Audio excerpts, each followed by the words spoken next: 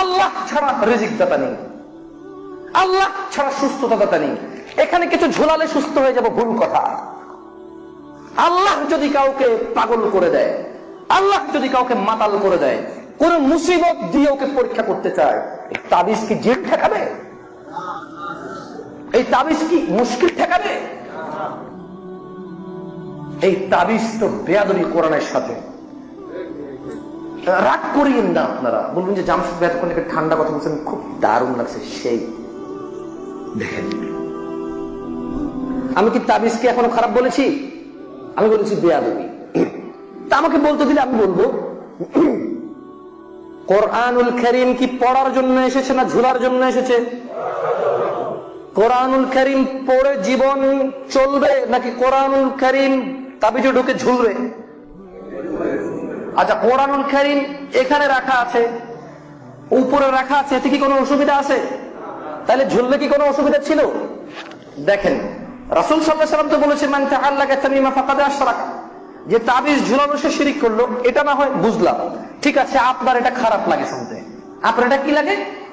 তো আমি এটাকে, এটা হাদিস, আমি তো অস্বীকার করতে পারি না। এটাই আমার আকীদা, এটাই আমার আকীদা, যে কোরআন মানুষ পড়বে, সে অনুযায়ী চলবে, আল্লাহ শিফা দেবে, আল্লাহ রক্ষা করবে, আল্লাহ জান্নাত দেবে ইনশাআল্লাহ। আচ্ছা, তাহলে আপনি যেহেতু রাগ করেন, আপনি বলেন যে খারাপ কি দিছে? কুফরি কিছু তো লেখে নাই, সূরা রহমান লিখছে, সূরা ইয়াসিন লিখছে, খারাপ কি? তাহলে আমরা হাদিসটাকে তো আর অস্বীকার করতে পারি না, এটা তো হাদিস। তাহলে ঠিক আছে, আমরা এটাকে একটু এক সাইডে রাখলাম। কোথায় রাখলাম? তর্কের খাতিরে। কিসের খাতিরে? কালকে আবার পোস্ট দিয়ে না, জামশেদ ভাই হলুদ সব কথা বলে, এভাবে দিয়েন না আপনারা, বুঝে শুনে কথা বলবেন। ও তো বুঝতেছে না, ও হাদিস বোঝে না, ও মানতে নারাজ।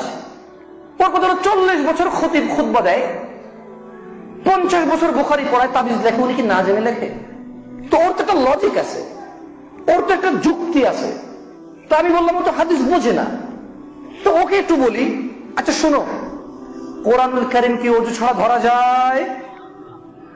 ওযু ছাড়া কি ধরা যায়? ধরা যায় না। পড়া যায় কিন্তু ধরা যায় না। আচ্ছা, কোন মহিলার যদি মাসিক হয়, ওই মহিলা কি কোরআন ধরতে পারবে? কোন পুরুষ যদি টয়লেটে যায়, ও কি কোরআন ধরতে পারবে? কোরআন তাহলে টয়লেটে নিয়ে যাওয়া ওযু ছাড়া?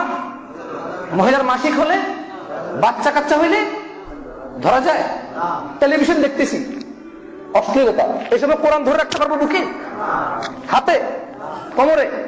আচ্ছা, তো হুজুর তো ভালো মানুষ, কুফরি লেখে না, কোরআন লেখে। কি লেখে? দেখেন, আমি কি তাবিজকে খারাপ বলছি? আমি তো বললাম যে আপনি যেহেতু বোঝেন না, ঠিক আছে, আমি তর্কে গেলাম না, হাদিস তো আপনি বোঝেন না।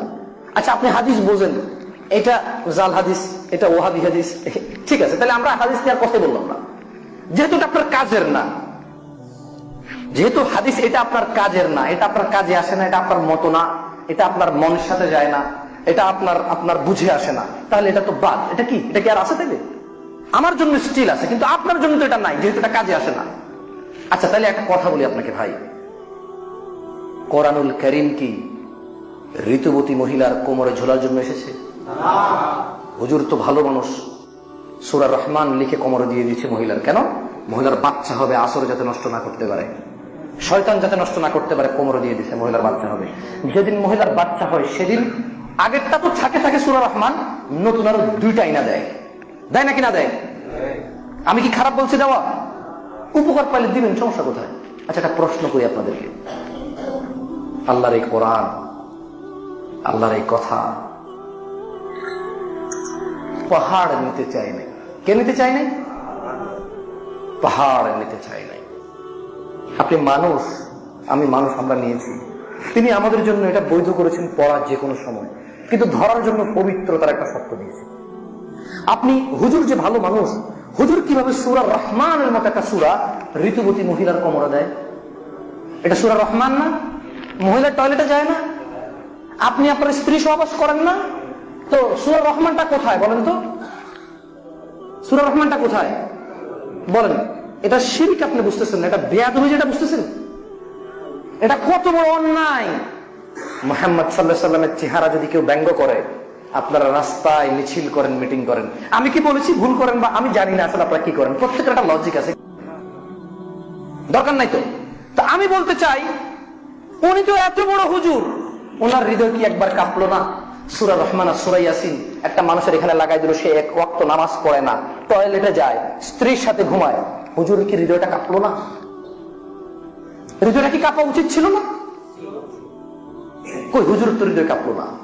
যেহেতু তারপরও দিলে আপনাদের ব্যাপার, ওই যে আগেই বলেছি ওমা আলাইকা আল্লা ইয়াযাক্কা, যদি কেউ নসিহত পাওয়ার পরে না মানে, নসিহত দাতার কোনো ক্ষতি নেই, নসিহত দাতার কোনো ক্ষতি নেই। আশা করি আপনারা বুঝতে পারবেন ব্যাপারটা। যাই হোক, আপনাদের এখানে খুতবা চলে কটা পর্যন্ত আমি জানি না কিছু। দিনী ভাইরা, সময় কম।